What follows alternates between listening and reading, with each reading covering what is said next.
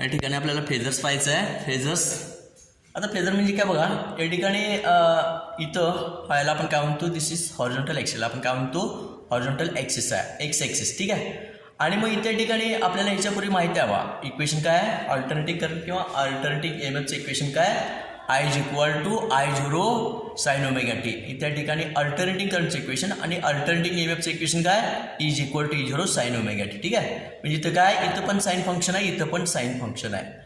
आपल्याला त्या ठिकाणी व्हेक्टरच्या फॉर्ममध्ये दाखवायचं. इथे ठिकाणी व्हेक्टर हे बघा, या ठिकाणी हा व्हेक्टर आहे, हा जो व्हेक्टर आहे, हा व्हेक्टर कसा रोटेटिंग आहे. कारण काय, इथून तो सुरुवातीला कुठं असणार आहे, इथं असणार आहे. ठीक आहे. आणि मग तो ओमेगा टी अँगलमध्ये तो काय होणार आहे, रोटेट होणार आहे. इथून तो हॉरिझॉन्टल ॲक्सिस पासून इथं हा असा रोटेट होणार आहे. म्हणून आपण काय म्हणतो, रोटेटिंग व्हेक्टर असं म्हणतो. याला आपण काय म्हणतो, रोटेटिंग व्हेक्टर. ठीक आहे. आणि मग इथे या ठिकाणी हा जो रोटेटिंग व्हेक्टर आहे, हा रोटेटिंग व्हेक्टर काय करतो, या ठिकाणी रिप्रेझेंट, आपल्याला काय रिप्रेझेंट करतो बा, quantity varying sinusoidal with time.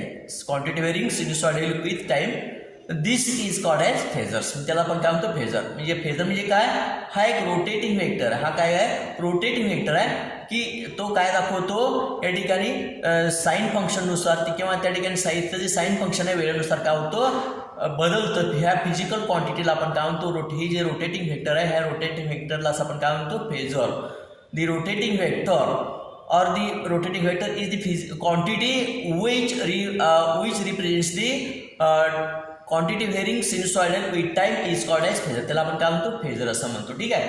आणि मग हे या ठिकाणी हॉरिझॉन्टल ॲक्सिसशी केलेला कोण किती आहे, ओमेगा टी आहे. ठीक आहे, ओमेगा टी आहे. आणि हा जो आहे याला आपण काय म्हणतो, फेजर असं म्हणतो.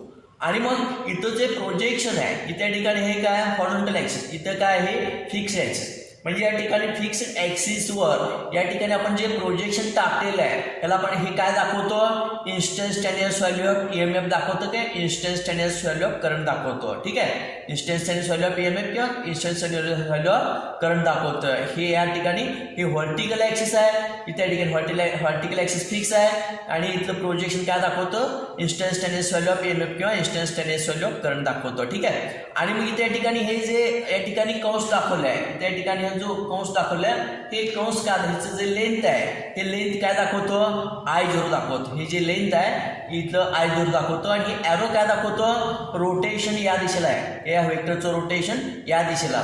आणि त्या ठिकाणी अँग्युलर व्हेलॉसिटी किती आहे, ओमेगा इतकी आहे. ठीक आहे. म्हणजे अशा पद्धतीनं या ठिकाणी फेजर. आणि जे डायग्रॅम म्हणजे त्या ठिकाणी जे डायग्राम या ठिकाणी फेजर रिप्रेझेंट करतं, त्याला आपण काय म्हणतो, फेजर डायग्राम असं म्हणतो. त्याला आपण काय म्हणतो, फेजर डायग्राम.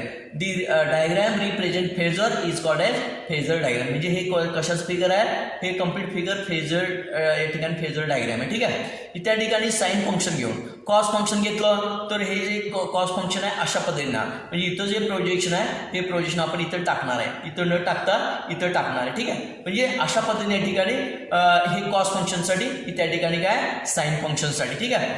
म्हणजे इथलं जे इक्वेशन आहे, हे equation I is equal to I0 cos omega T is equal to E0 cos omega T. म्हणजे कॉस फंक्शन असेल तर हे आणि साइन फंक्शन हे असेल तर हे. ठीक आहे.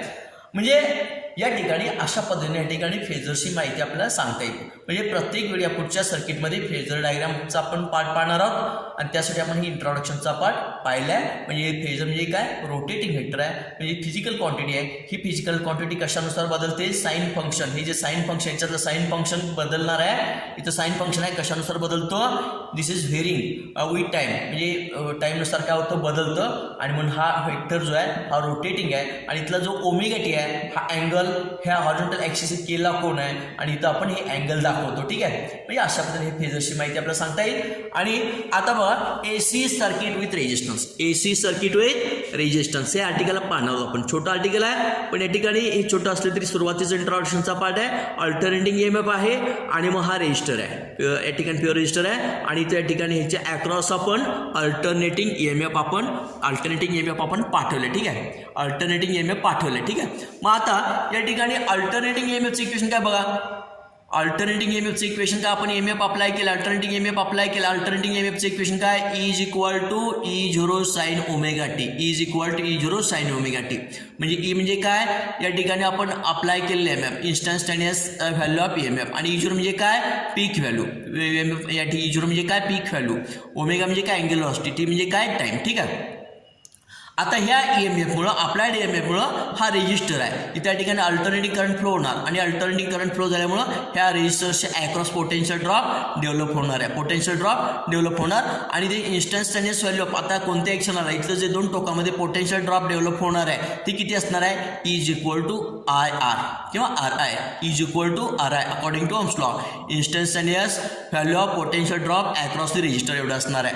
म्हणजे आता या ठिकाणी इथं ही EMF जेवढं असणार आहे तेवढ्या प्रमाणामध्ये वाढणार. EMF कमी असेल तर हे कमी असणार, EMF जास्त असेल तर हे जास्त असणार. म्हणजे या दोन्ही, इथलं या ठिकाणी पोटेन्शियल ड्रॉप आणि इथले EMF दोन्ही क्वांटिटी कशा असणार आहेत, सारखे असणार. म्हणजे instantaneous value of alternating EMF, instantaneous value of alternating EMF is equal to instantaneous value of potential difference across this resistor. म्हणजे इथलं पोटेन्शियल डिफरन्स आणि इथलं EMF दोन्ही क्वांटिटी कशा असणार, सेम असणार. तीच इथं सांगितलं आहे. Instantaneous value of EMF is equal to instantaneous value of potential difference. आता इन्स्टंटेनियस EMF आपण इथं या ठिकाणी इन्स्टंटेनियस EMF इकडे लिहिलं आहे आणि instantaneous value of potential difference किती, IR. ठीक आहे. म्हणजे ह्या दोन्ही क्वांटिटी सारख्या आहेत, ह्या दोन्ही क्वांटिटी सारख्या आहेत, म्हणजे या दोन्ही क्वांटिटी सारख्या आहेत. म्हणून आपण हे IR is equal to E0 sine omega T, IR is equal to E0 sine omega T compare केलं आहे. इथलं जे या ठिकाणी R आहे, R पलीकडे घ्या, म्हणजे हे I आहे तसंच E0 upon R sign omega T आहे तसंच. ठीक आहे. हे I आहे तसंच आणि त्या ठिकाणी E0 upon R, E0 upon R is equal to I0, E0 upon R is equal त्याला I0 समजायचं आहे. ठीक आहे. साइन ओमेगा टी आहे तर इथं साइन ओमेगा टी. म्हणजे आपल्याला काय मिळालं, I is equal to I0 sine omega T, I is equal to I0 sine omega T. आपल्याला कुठून सुरुवात केली होतं आपण, E is equal to E0 sine omega T. हे दोन्हीचं फॉर्मॅट बघा, फॉर्मॅट एकच आहे. इथं पण ओमेगा टी, इथं पण ओमेगा टी, इथं पण साइन फंक्शन आहे, इथं पण साइन फंक्शन. इथं E0 आहे, इथं I0 आहे, इथं E आहे, इथं I. याच्यावर काय सांगता येईल बघा, इथं या ठिकाणी अल्टरनेटिंग EMFचं इक्वेशन आहे, अल्टरनेटिंग करंटचं इक्वेशन. म्हणजे alternating EMF and alternating current are in same phase. दोन्ही कसे आहेत, सेम फेज. सेम फेज म्हणजे काय, इथं ओमेगा टी आहे, इथं ओमेगा टी. इथं बघा ह्या ग्राफमध्ये ह्याच्यावरून आपल्याला काय सांगता येतं, both are in same phase. म्हणजे ह्या दोन्ही इक्वेशनवरून इथं पण ओमेगा टी, इथं पण omega T. Omega T minus omega T is equal to 0. दोन्ही मधला फेज डिफरन्स किती आहे, 0 आहे. म्हणजे दोन्ही सेम फेजमध्ये. सेम फेज याच्यात काय बघा, या ठिकाणी इथं अल्टरनेटिंग EMFचा ग्राफ काढलेला आहे आणि alternating EMF versus omega T, किंवा दुसरा जो graph alternating current versus omega T. इथं हे अल्टरनेटिंग EMF आणि हे अल्टरनेटिंग या ठिकाणी करंट, हे अल्टरनेटिंग EMF आणि हे काय अल्टरनेटिंग करंट. इथे या ठिकाणी एका फुल सायकलचा आपण असं विचार केला आहे. ठीक आहे. आता बघा ह्याला आपण काय म्हणतो, पीक व्हॅल्यू ऑफ अल्टरनेटिंग EMF आणि हे पीक व्हॅल्यू ऑफ अल्टरनेटिंग करंट. ह्याला आपण EMFचं हे पीक व्हॅल्यू असं म्हणतो, करंटचे पीक व्हॅल्यू असं आपण म्हणतो. ठीक आहे. म्हणजे इथं या ठिकाणी करंट 0 असेल तर EMF 0 असणार.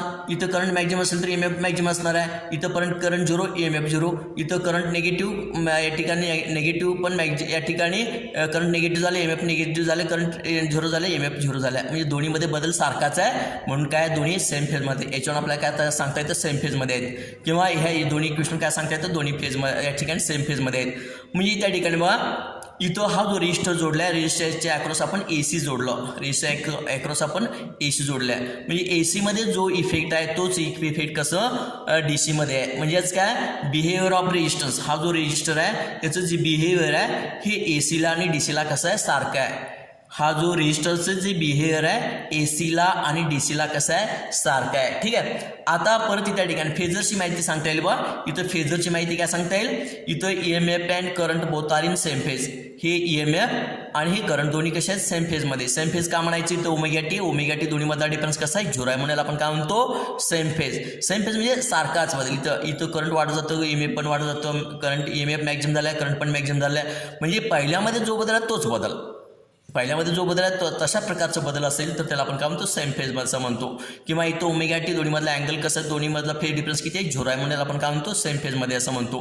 म्हणजे पहिल्यामध्ये पण ओमेगा टी आहे, दुसऱ्यामध्ये पण ओमेगा टी, त्याला आपण काय म्हणतो, सेम फेज. अल्टरनेटिंग EMF आणि alternating current both are in same phase. हे पहिला फेजर, म्हणजे फेजरची माहिती सांगतो. ठीक आहे. आता दुसरं काय सांगतो बा, इथलं जे प्रोजेक्शन आहे हे प्रोजेक्शन म्हणजे ह्याला आपण असंच या ठिकाणी फेजर डायग्राम करणार. इथलं जे प्रोजेक्शन आहे हे प्रोजेक्शन काय दाखवतो, इन्स्टंटेनियस व्हॅल्यू ऑफ करंट किंवा इन्स्टंटेनियस व्हॅल्यू ऑफ EMF दाखवतो. इन्स्टंटेनियस व्हॅल्यू ऑफ करंट किंवा इन्स्टंटेनियस व्हॅल्यू ऑफ EMF दाखवतो. ठीक आहे. आणि इथं या ठिकाणी दोन्ही मधलं अल्टरनेटिंग EMF आणि अल्टरनेटिंग करंट, अल्टरनेटिंग EMF आणि अल्टरनेटिंग करंट दोन्ही मधला फेज डिफरन्स किती आहे, 0 आहे. फेज डिफरन्स म्हणजे काय, omega T minus omega T. दोन्ही मधला डिफरन्स म्हणजे इथला जो फेज अँगल आहे इथं या ठिकाणी प्लस काही नाही, इथं प्लस काही नाही, म्हणजे इथं किंवा प्लस ऑर मायनस काही नाही, इथं प्लस ऑर मायनस काही नाही, म्हणजे दोन्ही मधला अँगल किती असणार, 0.